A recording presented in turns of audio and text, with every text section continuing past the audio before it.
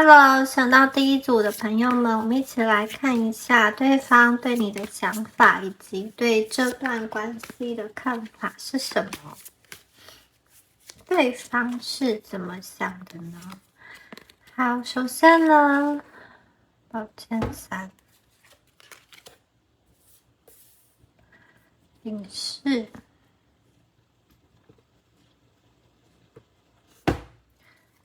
这一组的朋友啊，你们过去可能有一些撕裂，或者是说误会哦。如果你们曾经有过争执的话，我觉得这个人目前心中还是有一个蛮不舒服的情绪在里面。那这种不舒服的情绪啊，他不会跟你说，我觉得他有点像是在生闷气。他可能之前有跟你爆发过，或是说表达过不满了。但是他现在比较属于一个默默的，好像把怒气压下来的感觉，但其实是压不下来的。那这个时候啊，因为他还在有一点生气，然后又有一点伤心，有的人的这个他还在气头上。那如果你去找他，或者是说一直要他给个答案，我觉得他反而会更加的躲起来，更加的躲回他自己的这个世界中哦，因为他不想要接触你，不想要接触的原因是，他觉得如果跟你在接触啊，两个人又会为了过去同一件事争执，或者说同一个没有办法去磨合的点，去好像彼此攻防，那在这当中他会觉得很失落，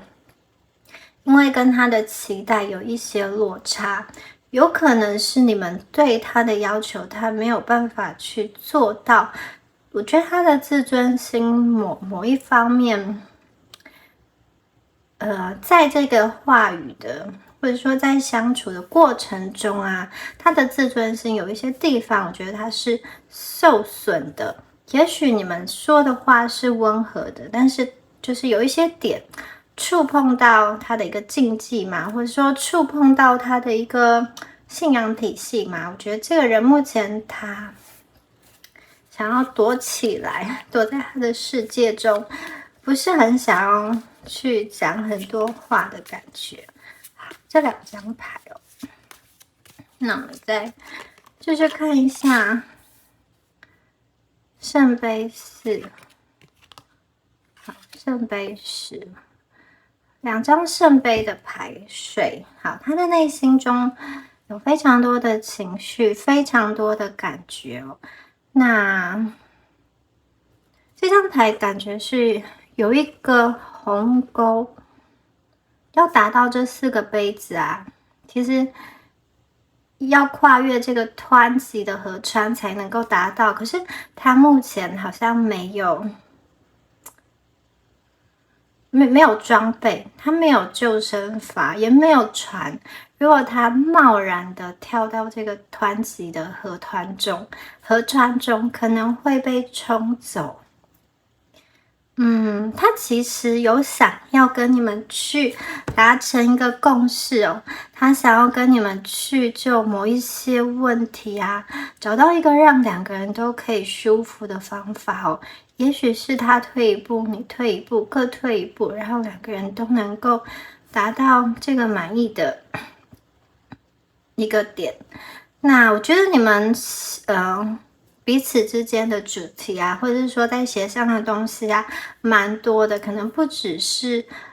一个，可能有这种相处上的时间的问题啊，比如说多一点陪伴啊，或者是说花在朋友的时间上少一点。有的人可能是经济上的一个问题哦，有的人太忙于工作了，以至于忽略了感情也需要有品质的陪伴。有些人则是呢，可能会为了这种暧昧的讯息在争吵。我觉得你们有蛮多点都曾经是你们协商的一个课题，一个主题哦。好，那这张牌圣杯十，圣杯十很漂亮诶，就是10个杯子中都各自有不同的色彩，那这10个色彩融合在一起，达到一个很完满、一个和谐的境地哦。那就对方而言呢，其实你们2个是蛮不一样的，你们身上各自有不同的颜色、不同的色彩，如果可以像这样子好好的融合，其实是可以达到一个很理想的境地，很美满的一个境地。所以他其实也有想办法要跨越某一个鸿沟去跟你达到沟通。觉得他现在还没有方法去跟你协商，或者是说用一个他能够好好表达的方式让你去接受，或者是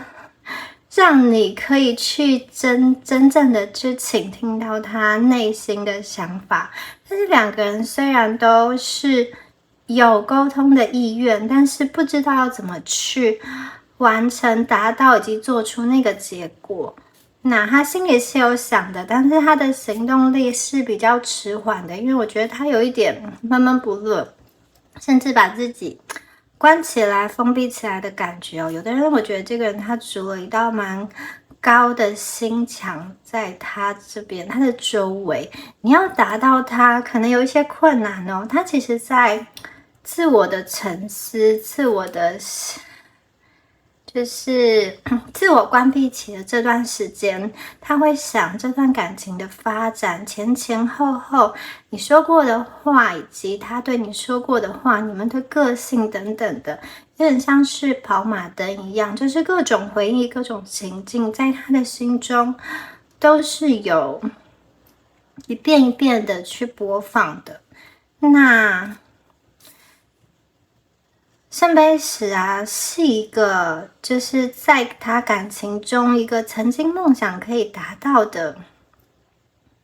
一个境地，但是这需要2个人共同的去沟通，共同的去努力。现在他还有一点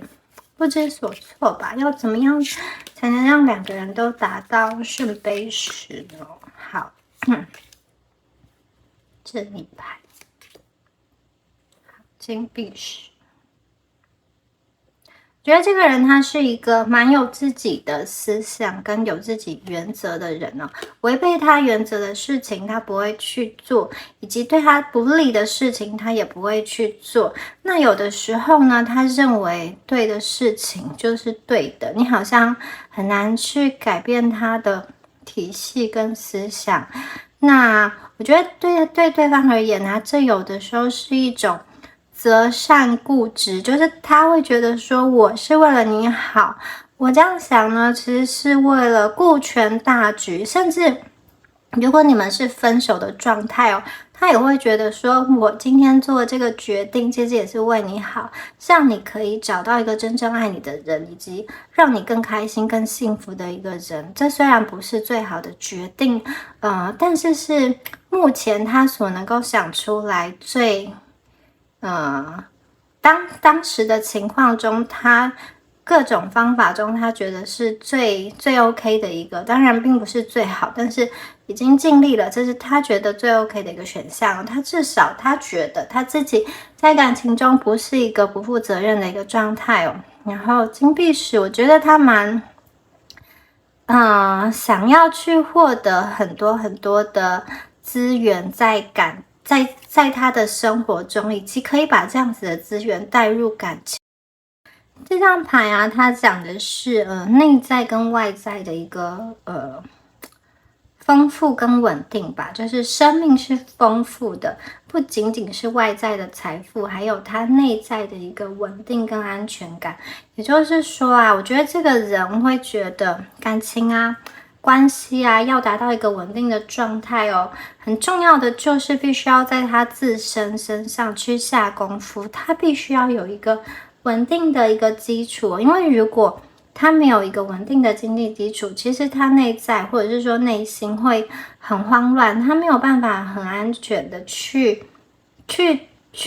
运作日常生活，那其实就会直接冲击到感情。所以对他来说啊，建立这个内在跟外在的财富的安全跟富足还有稳定，是一件很重要的事情，就是他每天睁开眼睛都在想都在面对的一个事情，是他没有办法去忽略，就是确确实实的存在他的生活中，他必须要解决的这个现实上的问题。那钱也对他来说代表的是一个安全，代表的是一个完美，可以换取他想要的东西，可以让他的生活过得更好，可以让他有更好的一个地位等等的。那他觉得这样子的追寻对他的人生来说是重要的，然后在这个重要的根基像大树一样被扎稳了之后啊，后续啊他要谈感情，他才有那个底气，才有那个力量，他才不会说好像为了这个经济，他必须要去妥协很多很多事情，让他在感情中谈得很委屈、很憋屈。他好像不想要这样。好，我们今天出现了四神牌，死亡重生的一张牌。好 ，Child of Pentacle。这两张牌啊，我们先看前面这个死亡牌、死神牌。死神它又代表了这种死亡的蜕变以及新生哦，就是凡是过往都为新的一个篇章哦。我觉得对他来说啊，这段感情啊，不管过去发生了什么，不管曾经发生过让他难过、让他痛心、让他心碎，甚至这种伤到见骨的事情，让他想要一个人静一静，让他想要好像不想要沟通的这些事情哦，他其实会在心底觉得这一切都是有转机的，这个转机来自于你跟他的一个蜕变哦，他并没有在心中把你们当作是断了就断了，或者是说吵完了就不理你了，他其实一直在期待一种好像浴火重生，一个蜕变，一个新生哦。两个人在心态上都更加的健全，更加的成熟，然后两个人都能够豁然开朗，找到一个彼此的共识，在这个共识的基础上去开出属于你们这种新的感情的花朵。那这有可能是断联之后的再复合，或者是说你们的感情进入到一个冷淡期、停滞期，对对方都有一些不满，或者是说失望。那对方其实内心真正所想的并不是停留在那个失望、那个不满中，我觉得他有在期待去突破、去解决、去跨越，他期待他内心长出一个力量，能够跟你去沟通，以及在这段感情中可以做得更好。我觉得他并不是一个那种一开始就是什么都很懂你，或者是说很能够抓住你的人。虽然他曾经认为他很懂你，然后他好像能够掌握得住你，但实质上在相处起来，他会发现，诶，怎么有很多他没有想过的问题一一的冒出来，让他觉得很心累，或者是说要去解决。那有的时候他并不想要解决，或是并不想要说话，就会一个人躲起来。躲起来的时候，我觉得他内心其实又会有一点点愧疚，就会觉得说，其实如果可以跨越这个河流，这个河流其实是有办法跨越的，只是目前缺少了一些东西嘛，我可能缺少了一艘船，或者是说我现在的船是一个木筏，但是如果我有游艇的话，其实这就是一个小溪而已啊，并不难。对，它只是缺少了一些东西去达到那个感情上比较和谐的地方，但是其实你们两个就他的心中其实是蛮般配的，你们两个在一起是可以很快乐，就是挥洒出很多漂亮的色彩，两个人是可以去很多地方旅行啊，或者是说一起看电影啊，或者是说一起谈论很多事情，是可以激发出很多火花的。在性上啊，也可以好像很有吸引力，融合得很好。那只是现在啊面临的这些问题哦，他觉得等待一个蜕变之后长出新的皮肤，是不是这只手啊，骷髅头的手就可以碰到这个新生的花朵？虽然现在好像是还有一点点距离哦，但是我觉得它有在慢慢的，并不是很快，就是它有在慢慢的去长大，它有在慢慢的去想，然后这个并不是说他就关在这边一直想，而是我觉得是生活中有各式各样的事去触动到他的时候，他会把过往你跟他的相处经验，然后又做一些连接，然后他才会好像某一个地方开窍了，因此就可以往前迈进一步的感觉。好，这张牌是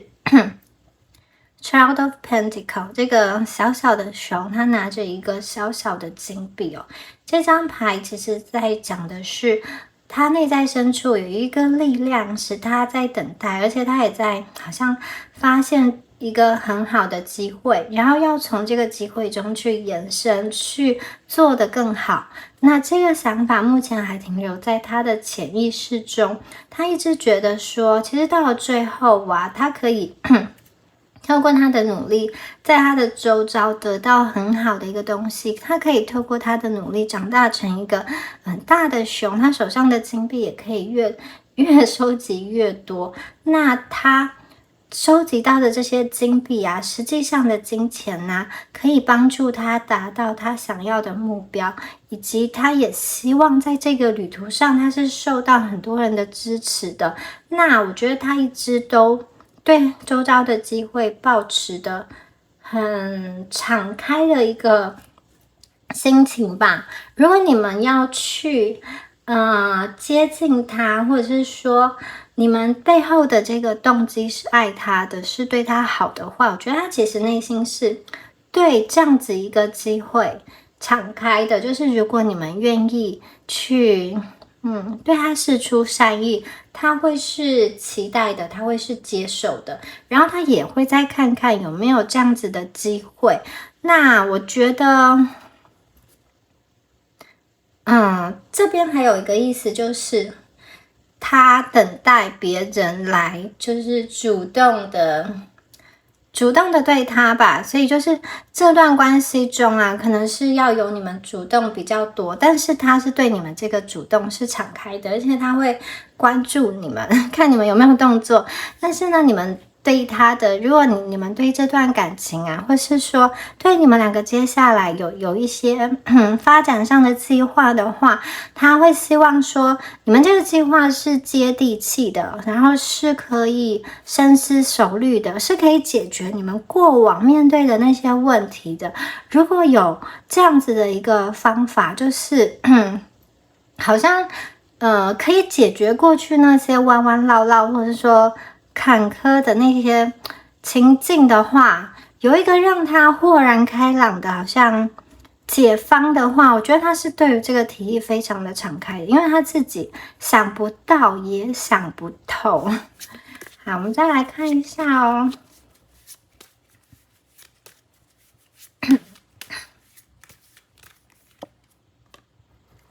好，圣杯3，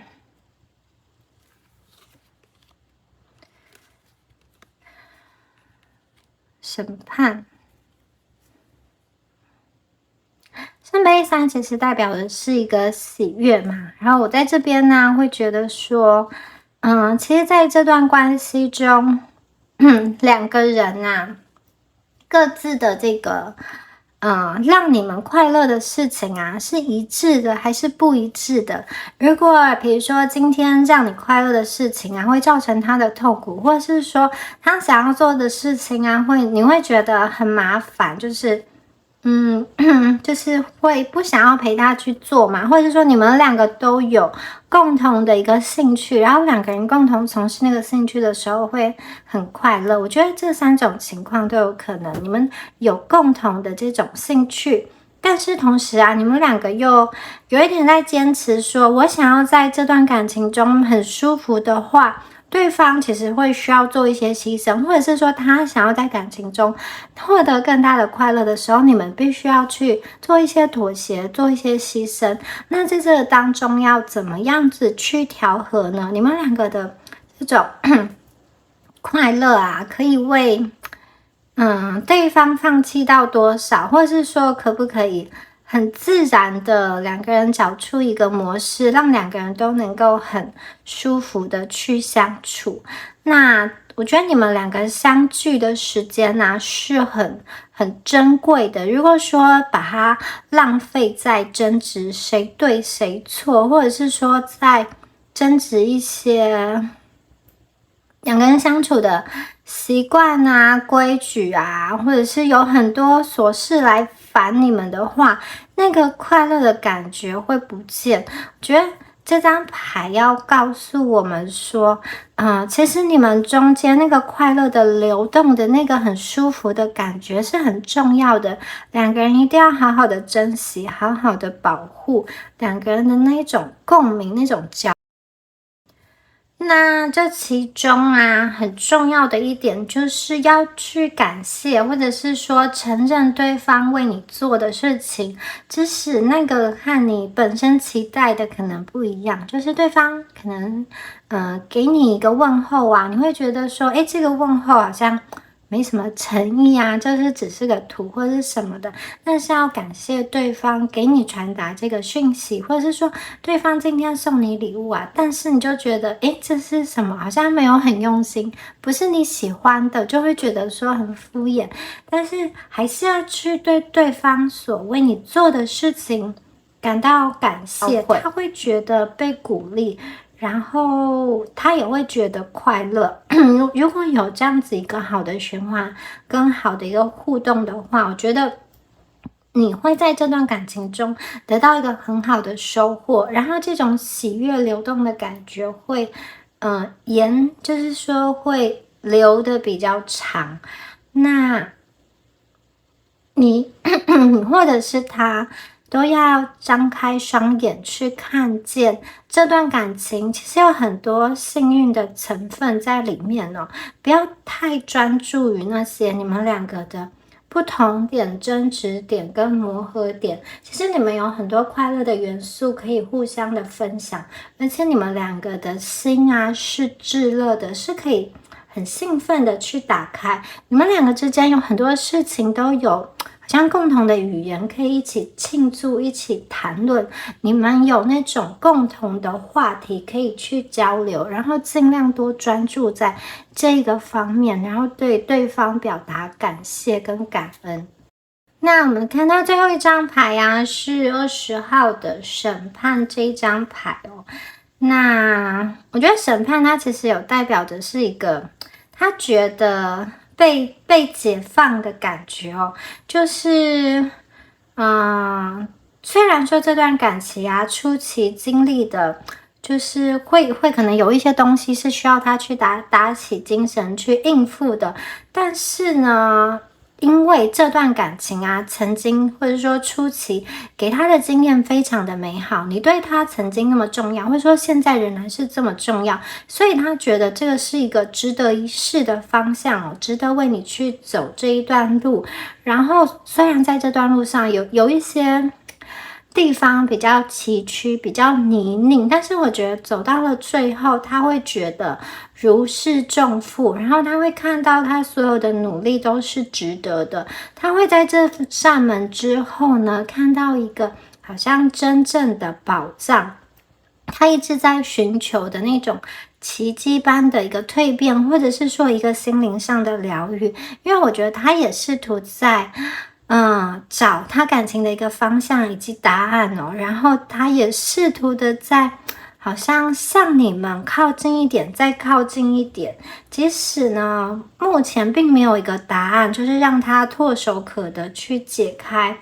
目前呢他还不知道要怎么样变得更好，但是他在寻求蜕变的过程中，他其实有慢慢的去检视他自己的内心，然后我觉得他想要从某一个好像是魔法或者是魔咒中被禁锢的那种魔咒中，他本来是在一个人沉思的，或者是说生闷气的，或者是说还在不开心的一个状态哦。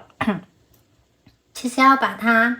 解放掉一些不必要的一个负荷。有些时候一些什么争执啊、争端啊，其实是很枝微末节的，要去看他真正内心在意的是什么事情嘛。那我觉得这张牌的出现啊，其实有代表说你们两个人都在接近这段关系中，对于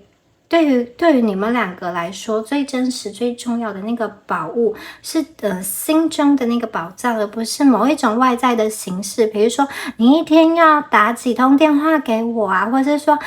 逢年过节送礼物，或者是说都要一些什么样子的形式，或者是说，要回谁家几次，然后要怎么样送礼物啊，然后讨好身边的朋友啊，好。各种的这种形式上的，觉得比起那些东西，你们会找出来，其实这些东西外在的形式的这个出发点是什么？你们真正两个人想要的是什么？然后我觉得这张牌也代表的是一种好像公开的说出彼此心中困扰彼此的一些事情，而且这种事情是好像已经存在了很长一段时间的误会，很长一段时间的不谅解，或者是说很长一段时间的这种秘密哦，终于有机会将这个事情澄清。澄清之后，他的心有一种自由了、解放了、放松的感觉。然后我觉得这张牌还有代表的一个，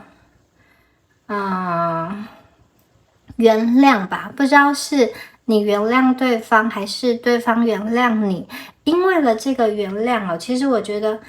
就有的就是在前面刚刚说的那种过程，各种痛苦啊、悲伤啊，在这个时间点，这个受苦的灵魂已经结束了，这些旧有的难题已经消失了，这也是他蜕变成功的一个象征哦。从这个死神牌蜕变成最后这一张审判哦，我觉得那一个长久以来啊，你们在寻找的，就是你们被认为已经失去了，已经好像没有热情的爱，它又在那里，在你想不到的地方出现了。而且呢，这张牌还有一个意思，就是找到了真爱。但是我觉得这个过程呢，需要他去走，需要他去想，并不是很容易的一条路。但是从牌面上看起来，我觉得他是有这样子的迹象，要去走这样子的路。那你们这边呢，也需要给他一些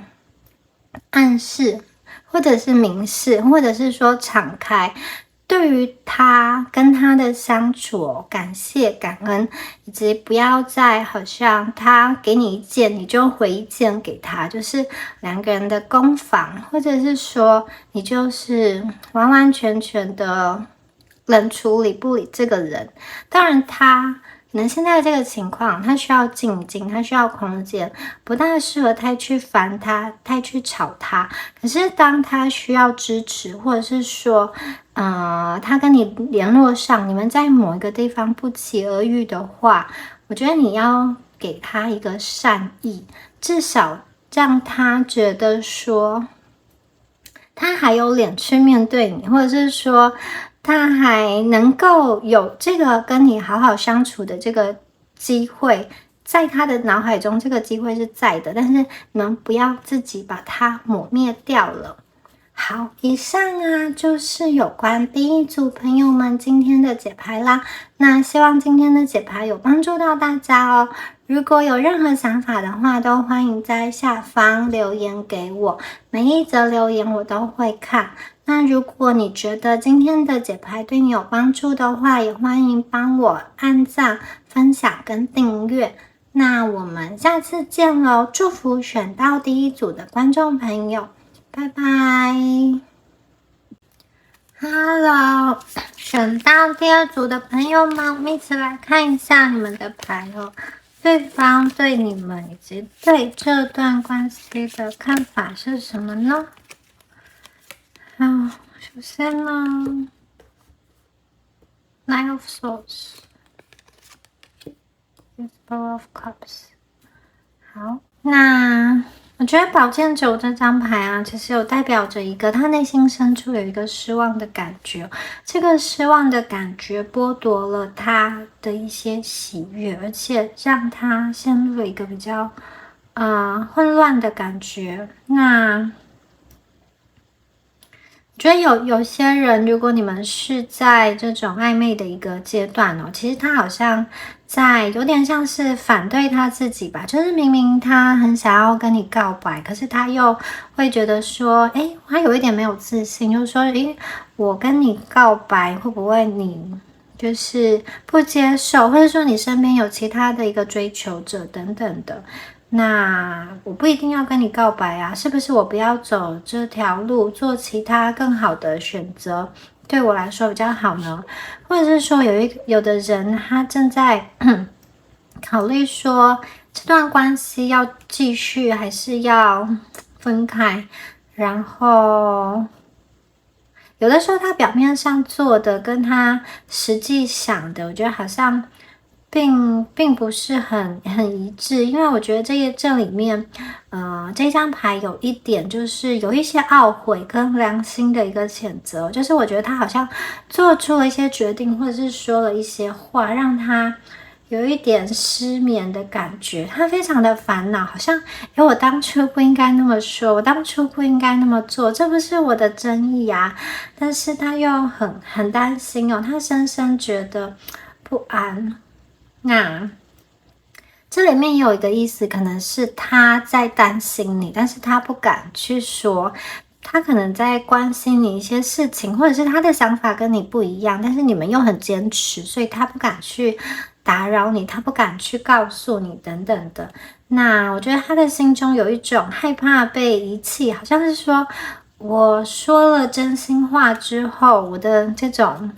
关系会受到动摇，或者是说他目前呢，因为他做了一些事情，他的良心受到谴责了。好，可能是伤害你的事情吗？这个也是有这样子的可能哦。然后他蛮希望这样子的，就是心烦意乱可以结束。也有的人，我觉得你面对的这个人，他跟你提出分手，或是说他对你不读不回，他对你比较冷淡，那他这么做的里面呢，是有很深的罪恶感，然后他又不知道怎么处理他内在的一个罪恶感，甚至他有时候会觉得他自己做的不够好，自己做的不对等等的。然后这张牌啊是 Explorer of Cups， 这张牌是这个圣杯的一个探索者哦。好，我觉得如果他呀目前呢是你们还在暧昧的阶段的话，他蛮想要多去了解你一点，就是他想要知道什么事情会让你快乐，什么事情会让你放松，或者是说什么事情呢是你喜欢的。就是如果你们是在那种刚认识的阶段，我觉得他可能会去你的这个微博，或者是你的这个脸书啊，或者是你的这个 IG 去看过往的你，就是他还没有认识你之前，你是做哪一些事情，偷偷去做田野调查，想要去了解你更多。那他做的这些啊，是为了跟你相处起来，你们可以更愉快、更自在、更放松。那我觉得他可能还会去准备一些话题哦，让你跟他聊天的时候会觉得很有趣，或者是说有共鸣，可能会传给你一些可爱的图，或者是说一些有趣的新闻啊，然后让你觉得是开心的，或者是说你们就有一个话题可以从中去讨论，就是觉得这里面的能量是他想要跟你去沟通，想要去亲近，想要去探索你的心。好，如果这是暧昧阶段的朋友，那如果呢你们是这种已经在稳定的感情中，或者是说你们是稳定的感情，然后又分开断联的情况的下，那我觉得他内心其实没有太多的恨，没有太多的埋怨，而是呢，他其实知道你曾经让他品尝过一个很棒的氛围哦，就是他，我觉得，他想起你的时候是开心的、快乐的、和平的，已经有很多温柔的，就是有关于你给他带来的那些快乐的回忆，或者是说你们两个在一起啊，有人可能是同事、同学啊，那个很好的工作气氛、并肩作战的感觉，他其实会觉得，诶，你们是有非常迷人的一面的，然后想到那一面，他其实是觉得很开心、很快乐的，然后他也记得那个他自己很开心、很快乐的一个样子。再来看一下，掉出来了，看一下掉出来的牌，Child of Swords。有2张宝剑牌耶 ，Ace of Swords。好，这2张牌我会觉得这个人现在是不是有一些比较特别的想法呢？就是你看不懂他到底在干嘛吗？好，如果你是暧昧的阶段，我觉得他会用一些花招来取悦你，让你开心，或者是说他正在想说要怎么去接近你，这个接近的方式可能有一些笨拙，就是他表达他自己的方式可能是你觉得怎么跟别人不一样，是一个他自己比较特殊的那种方式。那另外啊，这边还有一个意思就是我觉得对方可能很想要看看真实的你的一个模样哦，就是我觉得他在跟你相处的过程中，他渐渐的发现说，其实他一开始认识的你，很多是他想象的那个你，好像你其实也有另外一面是他不知道的，或是说有一个部分是他不熟悉的，然后他必须要更去了解你，更去知道你真实的一个想法，你到底在想什么。那如果是这种稳定的关系啊，或者是说这种分手断联的朋友啊，我会觉得你们的一些举动啊，让他好像大开眼界，或者是说不一样的想法，就是他从来没有想过你会这么做，可是你们竟然这么做，让他的观念有一个颠覆，有一个改变，有一个冲击啦。然后我觉得这个行为好像是一个比较强硬的手段，或者说比较一个坚硬的手段，或者是说外表看起来很软，但是其实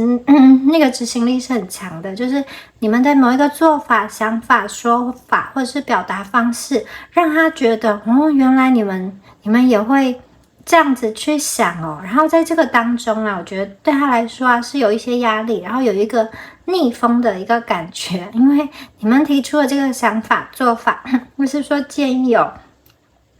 也许是对他的一些帮助，可是他可能会觉得是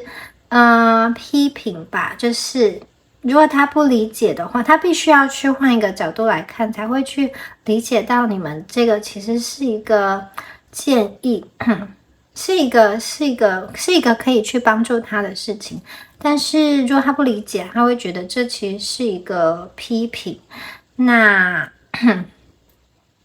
我觉得他好像有一种重新再调整目光去看待你的感觉，就是他可能会发现，原来我之前认识的你只是你自己你的一部分，原来你还有这么多我不知道的这个天使面、阴暗面，或者是说还有我不知道这些隐藏性格在里面哦。然后他必须要用好像理智的一面拿出来，再好好的去看待真实的你的这个个性到底是什么样子的。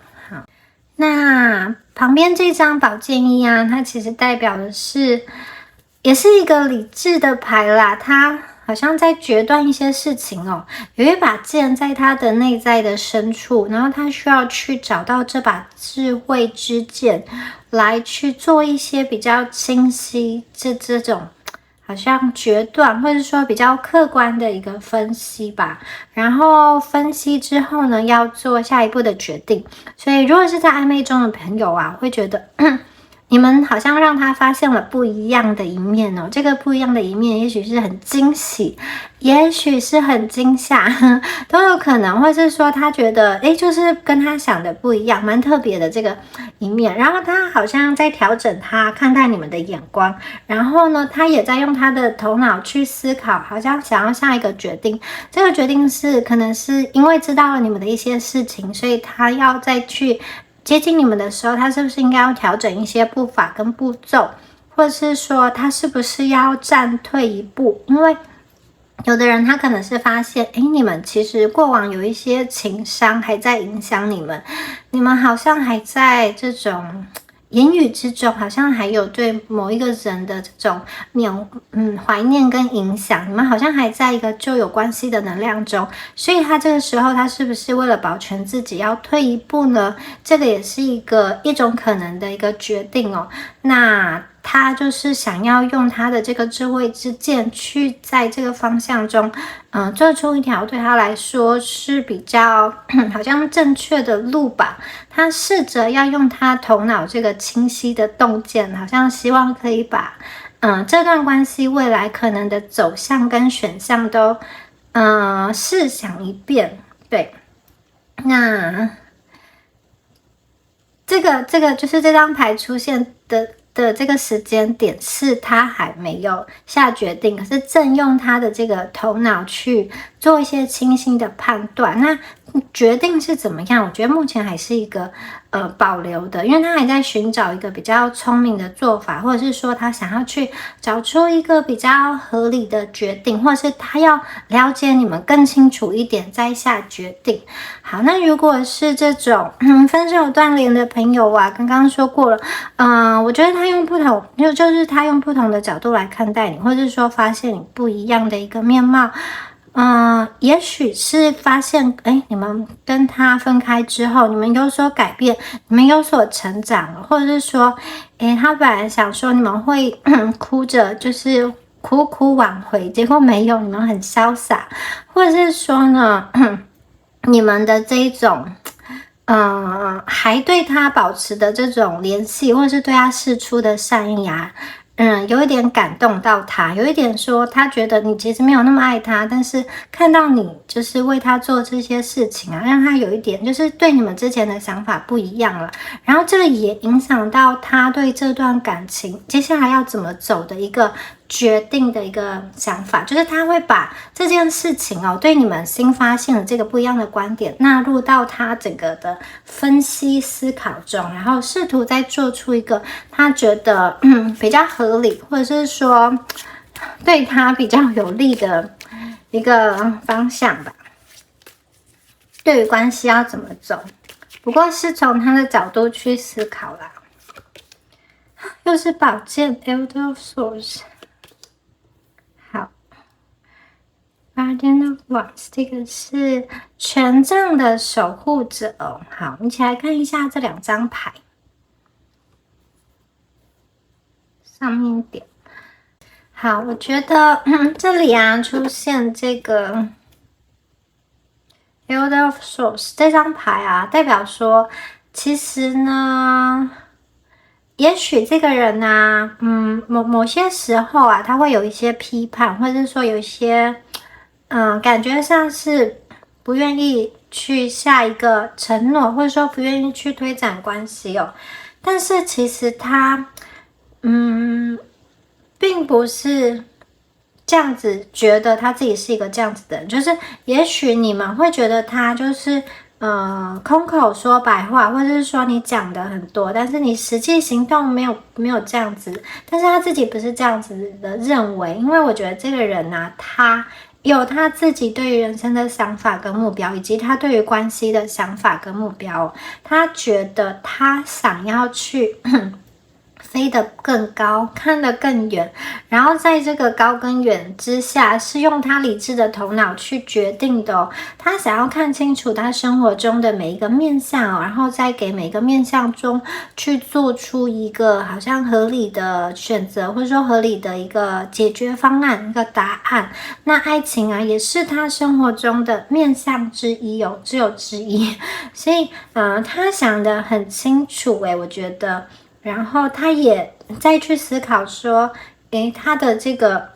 呈现在爱情中的形象，他会希望是怎么样子的一个形象？基本上，我觉得这个人蛮喜欢自由的，然后，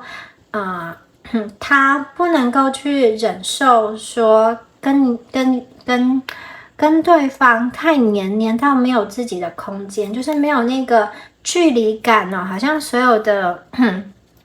24小时都要在一起，然后一直讲话，一直分享，我觉得这个人他会受不了。那如果是暧昧朋友的话，暧昧阶段的朋友来看这一组，我觉得情况还好，因为暧昧的话就是没有，就是彼此还没有表明心意，然后彼此也不会24小时黏在一起嘛，所以目前这张牌对这种暧昧朋友的影响不大。可是如果你们是长久的伴侣啊，或者是这种分手断联的话呢，看起来就是这个人需要他自己的空间，然后他蛮需要一个空间来去思考，做他自己的事，甚至是休闲或者是放松哦。而且这个人他对他自己的认知是，他是一个比较精明的人，然后他是一个会解决问题的人，然后会去引导别人的人，就是他自己想要成为的那个形象吧。然后他也试图用他认为的他有的这个聪明的头脑，然后好像去了解一些事情，并做一个决定。对，他想要下决定了，然后呢，他也觉得他现在站的一个角度是制高点。我觉得他有收集各方面的资讯之后啊，他会想要为这段关系下一个决定跟定论，然后关系是他生活中的一部分，所以这个是一个全盘的考量，并不是说把关系中单独拉出来看。那我们接下来看到这个权杖的这个守护者这两张牌都是阳性能量很强的牌哦，所以不管你们问的这个人是男生跟女生，我觉得他内在都有一个就是阳性的这个能量在里面哦。他蛮希望他自己是一个独立的，然后是一个有自信的这个样子，在感情中。然后是有力量的，然后是有能量的，然后是好像能够受到认同跟尊重的。那这个人啊，我觉得这张牌代表说，决定了之后，他设下了一个目标，就是我下了一个决定之后，这张牌就是行动了。他一旦设下目标，他其实就很难被阻挡，所以这个人他可能不是很有耐心，可是他很有憧憬，就是他很重视他自己的独立性，他没有办法在感情中接受说你要叫他去怎么做，感情要往你的方向去发展，他会觉得这个是他比较没有办法去忍受的事情，但是他蛮希望对方你啊是在感情中是比较好像依赖他的吧，就是对他展现出一种真诚的心以及真诚的热爱。那他也会希望说你在他低落的时候可以让他的这个火苗重新的被燃起，就是我觉得他蛮希望你们的乐观的那一面可以展现给他看。当他比较低落的时候，你用你的乐观去打开他的眼睛，或是说你让他接收到很多正向的事情。他蛮需要这样子的你们呈现在他的身边，或是说在他身边陪伴他。然后他也蛮被这样子的特质的人所吸引。然后如果你们是这样子在他身边协助他跟帮助他的话，我觉得他会非常的受到你们的吸引。那如果你们目前不是的话，我觉得有的时候这把火他就必须自己往他的内在去点燃，或者是如果啦，有一些朋友，如果在他低潮的时候，如果在他难过的时候，你们又好像没有很多力量去让他的这个火重新温暖起来，他有的时候会不小心受到旁边有这样子火象的能量的热情的人去影响。也许那个能量是就是你要不要出来谈一谈？你心情不好吗？就是如果有人释出善意的话，我觉得他很可能会被吸引过去。那如果这个人又是一个可能异性，如果同性恋的话就是同性的话呢，我觉得他可能会有一点不小心的擦枪走火嘛，好像也有这样子的情况在里面。特别是如果这个关系中走到一个比较低落的一个状态哦。好，但是呢，我觉得他的理智是很重要的，就是应该说他的理智是主导他的感情的这个核心点，所以这个擦枪走火他其实也会去观察啦，并不会说就是他也会去观察他碰到的这个人是什么样子的一个人。好，再看一下宝剑 Seven of Swords。 好，你们很多宝剑牌。好，这边呢 Seven of Swords， 我觉得这张牌其实有一点就是这个人，有一种说法就是这个人他比较特立独行哦，在感情中他就是比较有他自己的一个想法以及自己的做法，以及他要怎么去得到你，或者是说他要怎么跟你联系，或者是说他要怎么跟你开展感情，他都有他自己独到的想法，或者是说他会引导他往那个方向走。所以有的时候我觉得你们要去琢磨他的想法有一点难，可能就是他前面说的是那样，但是后面又不是了。你看这张牌就是有一支宝剑，他走的是歪七扭八，然后其他人都是直直的，所以这个人他的想法我觉得有一点难以预测。就是虽然决定了到这边决定了，会不会到下一个阶段他又改变了他的想法呢？也是有可能的。好，那另外这张牌里面还有一个意思，就是说呢，好像比较是在背后做一些你不知道的事情，就是有一些隐藏跟隐瞒在里面呢。那也许这个隐藏跟隐瞒是一个就是形象的一个建立，就是这个人他为了要得到你，或者是说为了要讨你欢心，或者是说为了要跟你发展一段感情，他去说了一个形象，营造一个形象，或者是说了他以前的一个故事，但是并不是真实的跟事实符合的那个版本，或是他让你看到的那一面只是他的其中的一面，最好的一面，然后他其实有一些其他那些比较不好的地方，就是特意隐藏，不给你知道。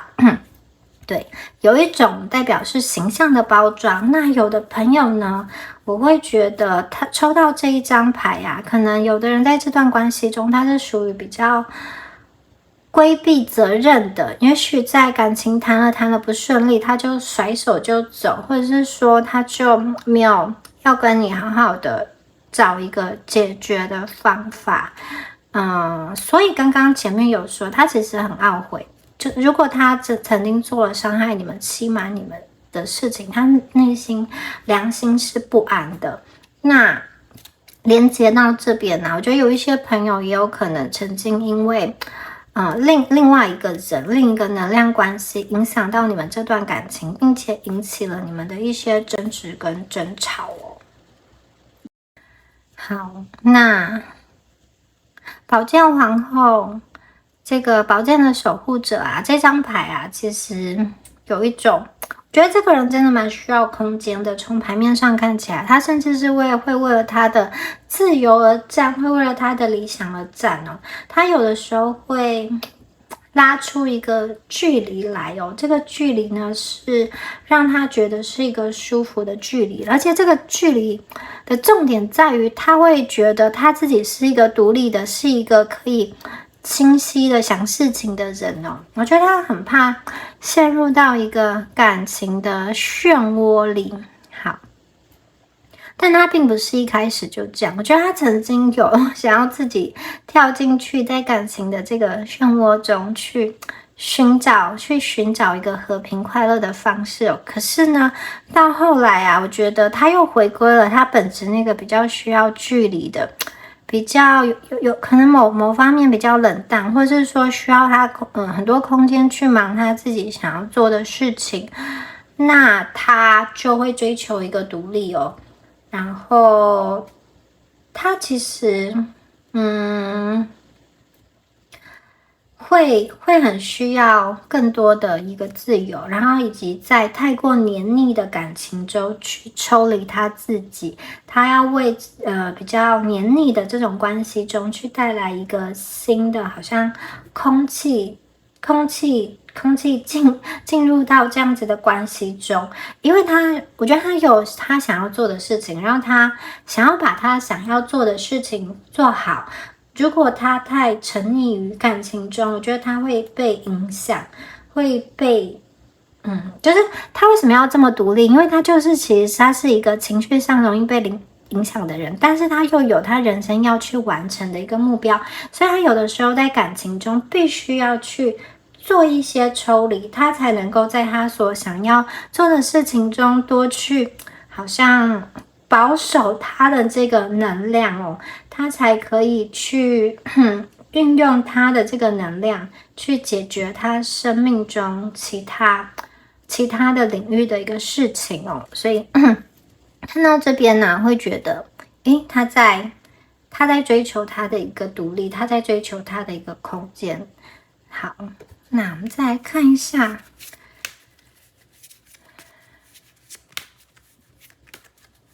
也许他现在正在独处，或者是说，如果你们是这一种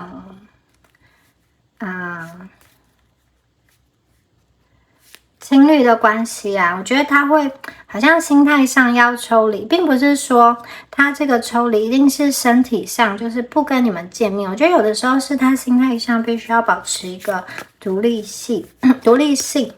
那分手断联的朋友会觉得他的空间已经够了，就是因为都已经分手断联，那这个空间对他来说已经够了，所以他也不会再想要拉开了，因为甚至已经太大了，这样子的一个空间。哇哦，权杖3跟金币8。权杖3啊，这张牌啊，其实代表了一个很重要的一个位置哦，就是关系中一个很重要的一个位置。那这个位置是建立在过去的一个良好的基础上。那如果你们两个曾经啊是伴侣，现在是伴侣，好，如果你们有这种共同的一个计划要同居，或是说计划要进展到结婚的这个阶段，或者是说你们有的人可能曾经就是有过婚姻了，然后甚至计划要有小孩等等各种的白头偕老的事情哦。好，我觉得这个承诺啊还放在对方的心中哦，只是需要去点燃它。这个承诺哦，如果你们曾经是有约定的话，他没有忘记，然后这个位置对他来说也是他人生中他需要去完成，就是他当初跟你们承诺的那些事情，也是他人生中他一直想要去完成的一件事情，可能结婚啊、生小孩啊，或是说你们要同居啊、买房子啊等等，这个就是他人生中的一个计划，然后他也觉得他未来会要去执行这样子的计划，然后他对于这样子的计划哦，对于这样子的这个计划的热情嘛，是一样的，是还有的，就是还存在的，而且他会好好的思考怎么样去达到他最大的一个利益哦。就是对于他他在感情中所想要达成的那些实际上的一个目标啦。比如说买房子、结婚、生小孩这些实质上的一个目标，他要怎么样去达到一个最怎么说，用最省力的方式去达到他的这个目标。然后这个目标对他来说啊，有近程的计划跟远程的计划。如果他现在还是单身，当然他近程的计划就是要找到一个人，然后才能够进行这个远程的计划，完成接下来的事情。那这个是他人生中的其中一项事情哦，他还有其他的事情要做。因为呢，金币8这张牌啊，就代表人生的这个优先顺序跟选择啦。我觉得他的这个人生的蓝图中放了很多很多的事情，我不知道他把感情放在是哪一块哦。也许我觉得有的人哦，你们今天面对的这个他是一个可能很孝顺的人，他常常会要去帮家里做很多事情，或者是说他去承担了很多责任，也有可能他需要去接这个家业等等的。那有的时候你们可能会有所埋怨，或是说有所抱怨，或者说会因为对方的放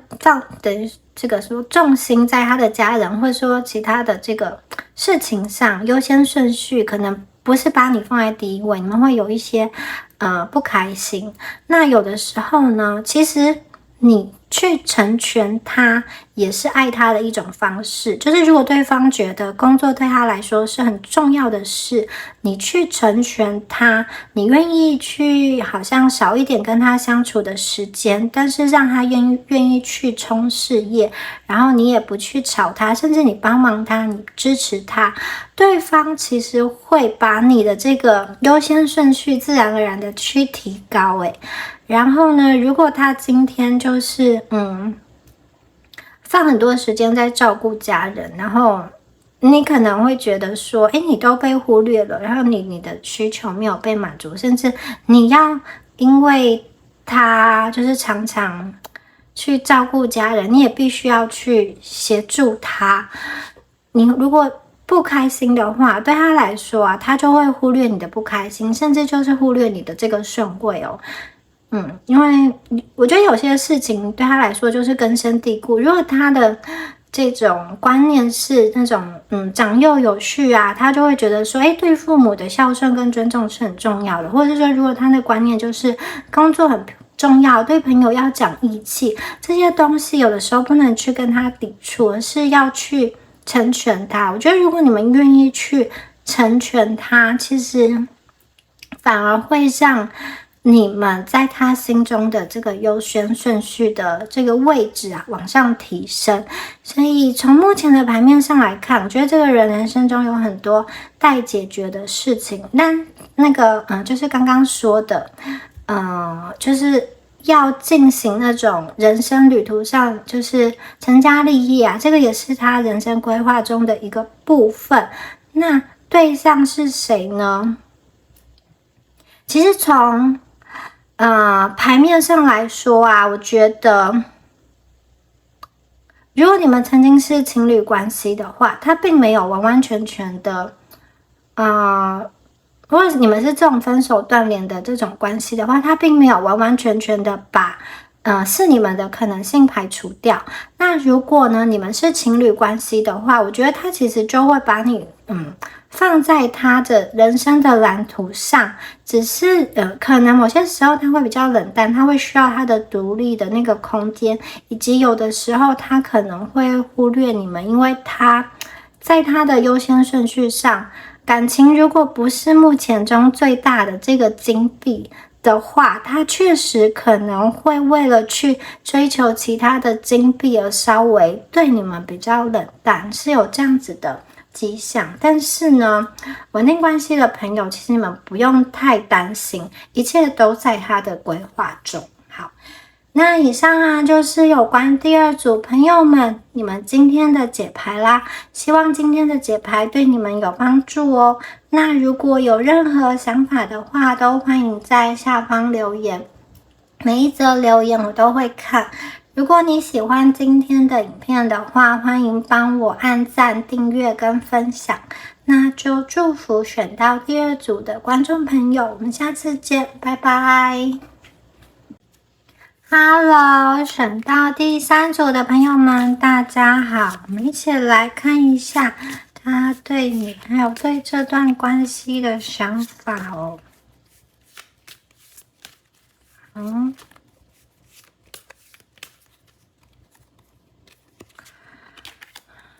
哦，第1张牌是世界牌。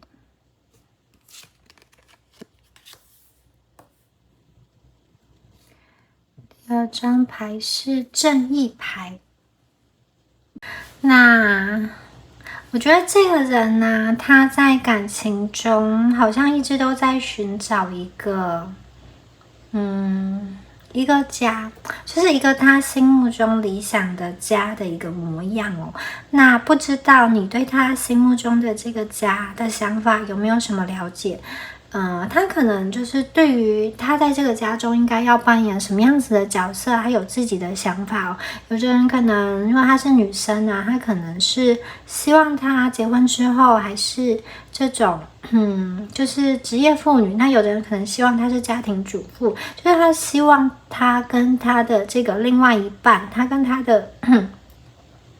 老公老婆是扮演什么样子的角色跟分工，以及怎么样细节的一个相处模式，他其实都有想过。有的人可能是希望他一回到家就有家人给他很温暖的拥抱，或者是说呢，他希望他跟他的另外一半在性事上是非常和谐的，就是每天都可以欲火焚身的感觉嘛。对，就是他对于他所想要的家，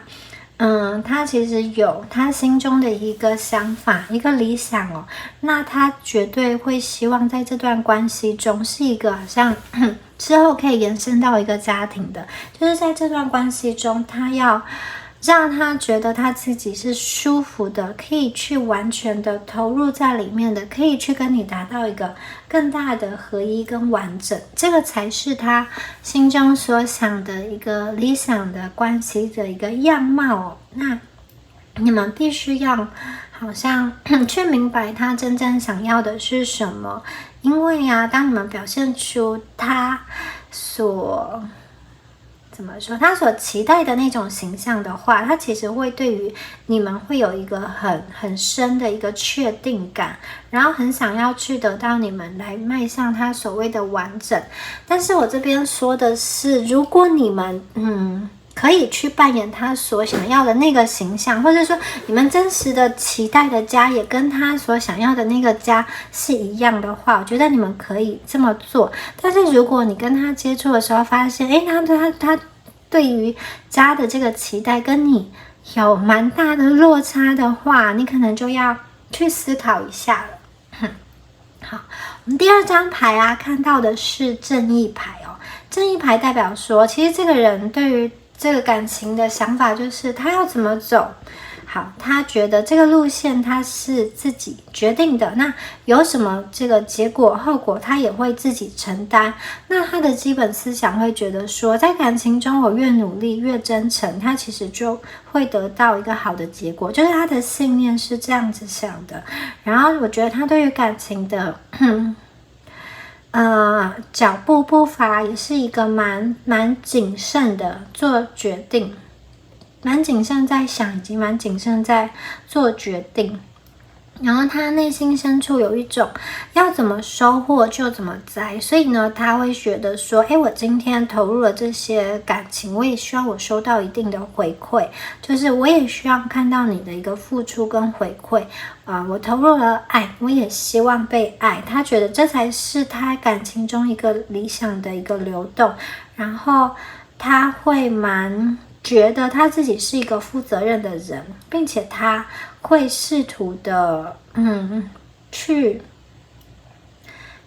有点像是他希望在感情中可以让对方给他一个很舒服以及很安心的位置，就是他希望他自己让对方的感觉是一个负责任的，然后是一个可以让对方感到安心的人。那他还蛮重视这个好像感情中的一个平衡跟稳定的一个感觉，就是他对于感情要怎么进行，有他的脑海中有一个天平，他不是那种会让自己好像完全付出投入到说牺牲了自己，然后另外一方都什么都不用做的那种人。我觉得他是希望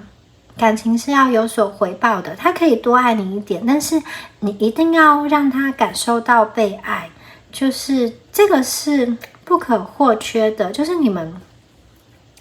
对于他的这个爱一定要让他感受得到，而且最好是跟他心中所想象的那个家的这个先生或者是说太太的那个形象是吻合的。我觉得这个是他在感情中对关系的一个期待。好，我们接下来看一下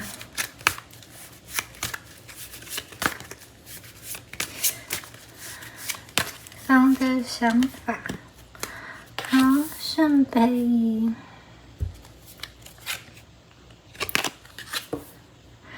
，Elder of Pentacles 那圣杯一这张牌啊，我觉得它是一个很有幸运的意涵在里面的牌哦。可能有的朋友你们就是他梦想中的那个人，就是很符合他好爸爸、好妈妈、好先生、好太太的那个形象哦。然后他觉得哇，我怎么那么幸运？你就是我想要的那个人。然后他非常想要去抓住这个机会。那他会觉得说，他现在看到了一个很好的，好像猎物嘛，就是很好的对象啦。你们呢出现在他的眼前，然后他有很多的想法，很多的情感想要跟你们分享。好，这是一种情况。那如果你们今天呢是这种分手断联的朋友的话呢，我觉得看到这个圣杯一啊，其实我会觉得说这个人在感情中，他其实在探索说什么样子的人是适合他的，他可能会去接触，或者是说会去认识其他不同的人。他内心其实目前可能还没有定下来，因为他的这种怎么说呢？他内心的这个情绪啊，他内心的这个感觉还没有一个很安稳的对象让他去安放，但是他身边可能也是有一些机会的。然后他有一点好像是在认识的人中去探索、去寻找他想要怎么说？他想要的对象是什么，然后做一个评估。那如果你们是还有联络的话，他还跟你保持联络的话，我觉得他也是有去怎么说呢？把你们当成是一个潜力股嘛。好，不管你们过去是什么因素分开的，那他其实也会觉得说，很有可能我们两个以后会不会有一些新的机会去发展，然后他其实会对于关系的想法是比较正向跟乐观的。那我们接下来看到这个金币的Elder of Pentacles。 好，这张牌啊，我觉得这个人呢，他某一部分呢，可能蛮喜欢，就是他的物质上不能过得太差。有的人是这种，他愿意去勤奋，愿意去努力，可是他不能说好像吃很烂的，穿很烂的，或者是说，过得非常的这个低于一般的生活水平，他是不能够去接受的。然后他会愿意为了去稳定，或者是说得到日常生活中更大的一个感官跟享受，以及去做他所想要去做的事情，然后他愿意去勤奋的赚这些钱。那我这里的感官跟享受啊，不一定指的是说非常物质的，就是买很多东西，或者是说吃很好的。有人的感官体验来自于大自然，或是来自于宠物等等，就是哪一个感官让他觉得他可以心灵得到更大的满足，他就会去好像投入在那边比较多的一个钱吧。我觉得它对应到的这个对象啊，你们是一个蛮精致的人。那这个精致包含了，我觉得因为这其实是一只怎么说呢，国王的熊，然后它匹配的其实是一个皇后的熊。你们怎么说？你们的能量其实跟它一样，你们是对于人生有想法的，然后有的人身材能力可能也不差哦，你们有自己小小的事业，甚至副业，有的人甚至在经营自己的一个品牌，然后展现出你们的一个独到的魅力，在他眼中哦，你们是势均力敌的，你们是可以互相匹配的。然后啊，有的时候，我会觉得他会认为说你们忽略了他，就是因为你们其实也有你们自己的一个世界，你们自己在忙碌的事情，或者说你们自己在专心的事情，有的时候对方会觉得说你没有他一个人独立也可以过得很好，或者是说你在遇见他之前就是一个很好很有魅力的人，那对于他的出现只是一个锦上添花啦。那在这样子的情况下啊，对方就会好像有一点不知道怎么去开展这段关系，但是他还蛮想要去接近你们的。他会觉得说你们两个如果能够在一起，那真的是蛮匹配的，两个人都很好像各方面的外在的条件啊都非常的登对，然后又有一定的可以沟通的默契跟话题。因为你们在人生中有过类似的历练、类似的情境以及类似的角色扮演，好像有一些东西他跟别人谈是没有办法谈的，可是他跟你讲的话你会懂，或者是说你跟他讲一些事情，我觉得他能够懂，或者是说他能够去get 到你们的那个点，这个也是他自己自认为他觉得很自信的一个地方。好，接下来再看一下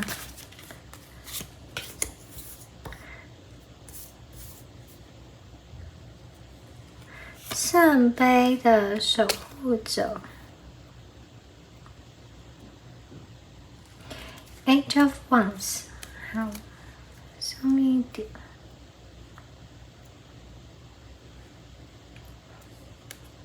圣杯的守护者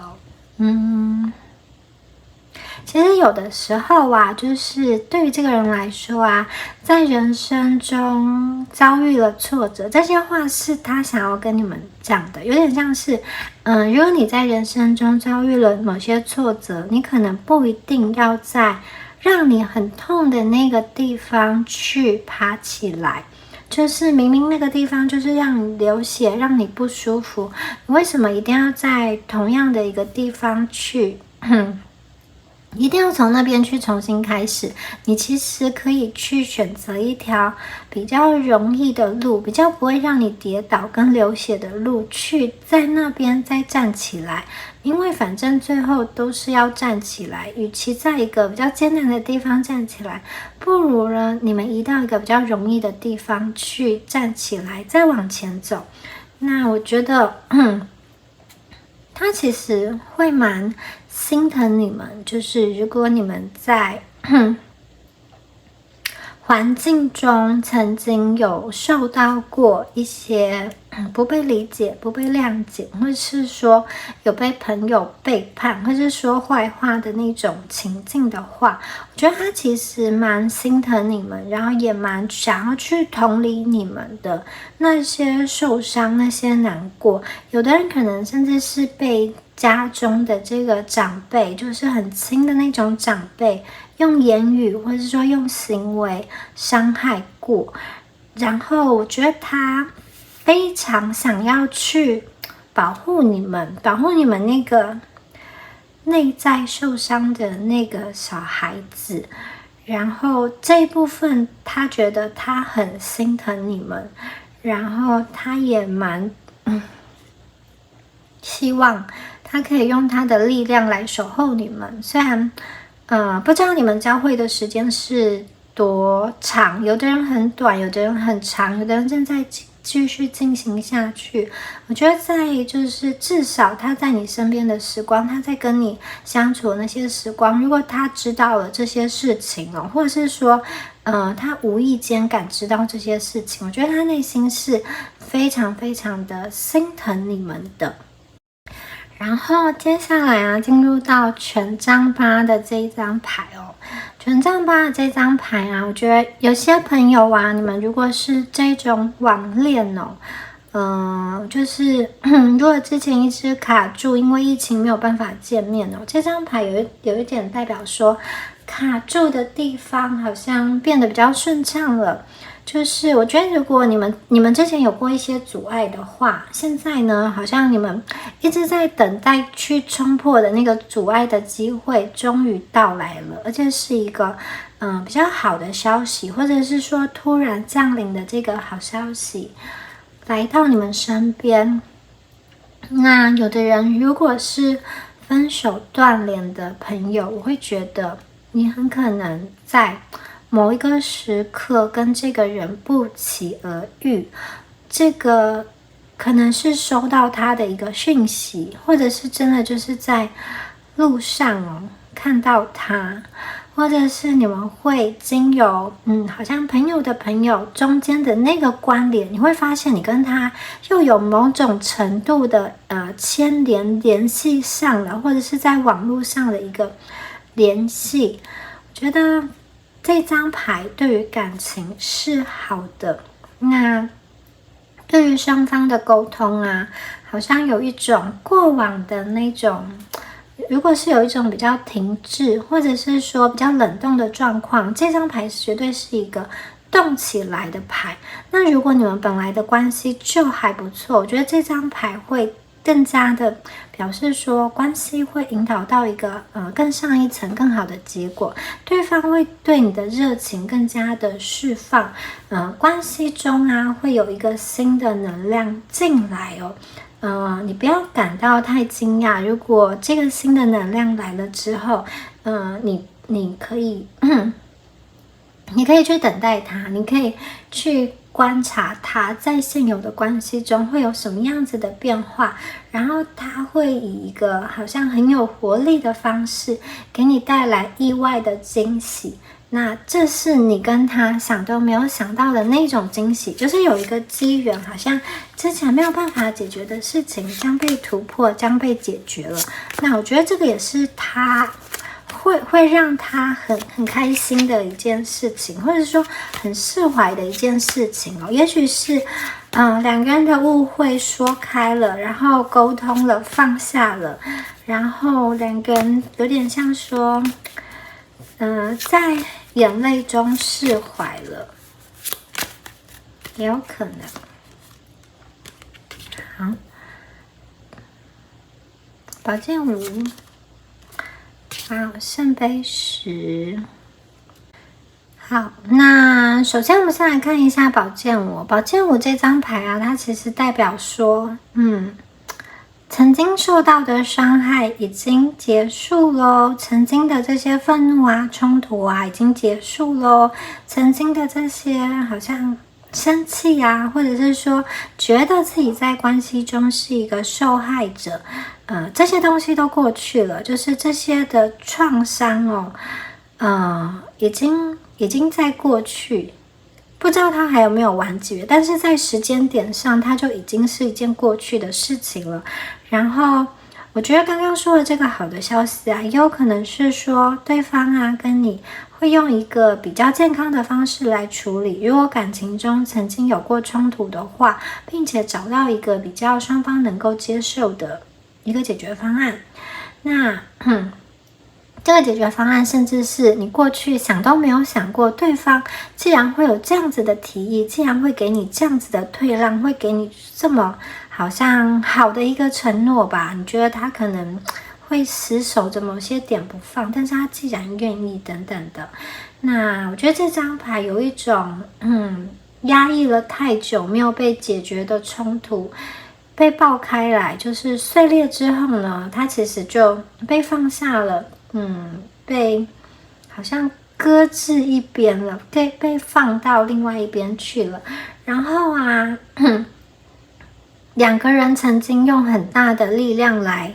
战斗，或者是说冲突，或者说对抗，或者说在这个关系中有一种追与逃的这种力量在进行，在运行的话呢，其实没有一方是真正的胜利，真正的赢家哦。两个人如果持续这种冲突啊，两个人其实都会受到伤害，都是输家。所以后来呢，好像你们两个人发现了说冲突其实是不必要的。这种冲突啊，不一定指的是争吵，或者是说真的就是用言语上的或肢体上的冲突。有个人就是那种观念上的一个对峙，或者是说行为上的不合作、不妥协，或者说心理上的这个不愿意等等的。好，那不管是哪一种冲突啊，我觉得过去两个人双方在争执某一个权利点，或者是说争执可能谁爱的比较多，谁爱的比较少，或者是之类的一些事情，这些都结束了，这些恨也都结束了。那我觉得你可以深深的感受到，他也深深的感受到，这种报复啊，其实对两个人来说都不好。就是关系中必须要停止一个伤害，或者是说暗中的丢炸弹，或者是说在伤口上撒盐，就是关系其实不要去抗争。即使真的某一个人在这段关系中表面上赢得了一个胜利哦，其实他所付出的代价也非常的高。即使这个人在赌气去做一些事情，他最后赢了，他付出的代价也很高，而且他最后发现他其实被他自己所打败了，而不是被关系所打败。因此啊，这张牌有代表着一种好像顿悟吧，冲突啊，那些不愉快啊，那些两个人之间没有办法磨合的事情啊，那些都已经过去了，都是过往了。好，没有要再吵了，我们就是要找到新的解决方案，不合作的要合作了，好，不理解的要理解了。好，我们接下来是圣杯十哦，圣杯十一样它就是有一种跟世界牌一样，都有一个家的感觉，在他的内在深处，他其实很想要有一个家，然后他的内心其实很想要好像雀跃的跳舞，跟他所喜爱的这个人跟你们有一个好像有一种你们可以衷心的为他的成就所庆祝所欢愉，衷心的为他的一切感到开心啦。那他可以跟你们分享他的一切，然后他可以很放心的把自己交给这段关系哦。他已经确认到所有的好像进入到他的关系中的这些能量哦，都是好的，都是很丰富的色彩的。他其实心中有这样子的一个想法跟期待。这一张牌有这种结婚，或者是说进入长久关系的意涵在里面。然后因为这个结婚呢，其实就是呼应了对方一直以来所想要寻找的那个家，他其实会打从心里来珍惜他，并且庆祝他。那有的人可能是指复合，再一次又达到了一个世界的合一跟完整，再一次达到这个圣杯十。如果今天呢，你们度过了这个争吵，放下武器的阶段，回到了这个圣杯十，它其实是会非常珍惜，而且非常的想要去庆祝，但是他也蛮害怕你们这边的想法到底是怎么样。你们会由衷的爱他吗？毫不保留的爱他吗？他可以真的把自己的身心交给你们吗？就是你们会不会还是对他有一些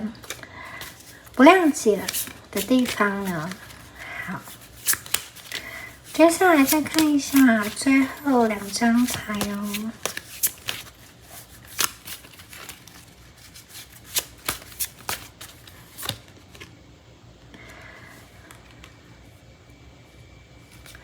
Child of Cups,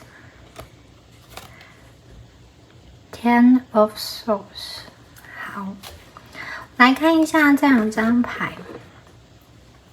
这2张牌的画面其实有一种对立感，大家其实看得出来嘛。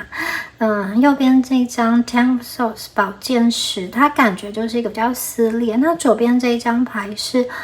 就是比较和谐、比较柔美的一张牌。那我觉得这2张牌啊，你们可以想象成，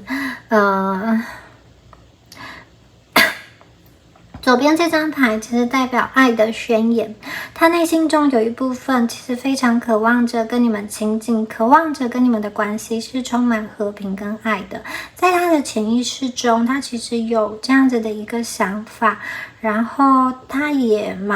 就是对你，在他的潜意识里是想要去敞开跟欢迎你，甚至想要去有点像是跟你调情嘛，或者是说真诚的，就是伸出双手来迎接你，给你很多温暖的东西哦。然后可能就是跟你们表达倾诉他的爱慕之意，或者是说求爱求欢都有可能哦。甚至是他送你们一些礼物，就是我觉得这张牌就是代表说我要跟你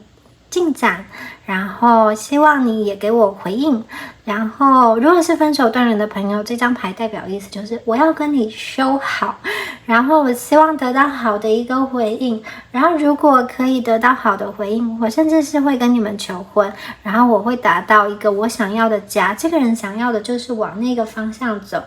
诚心的这个想法，这是他脑海中的一面。然后这一面的时候，我觉得他是心情是比较愉悦的，然后有各种好像正向的刺激。然后我觉得这张牌的成立点很重要的是，他身边有一些贵人，就是对于这段感情中的贵人，让他对这段感情产生一些很正面、很积极，以及可以继续走下去的一个想法跟愿望。然后我们再看一下，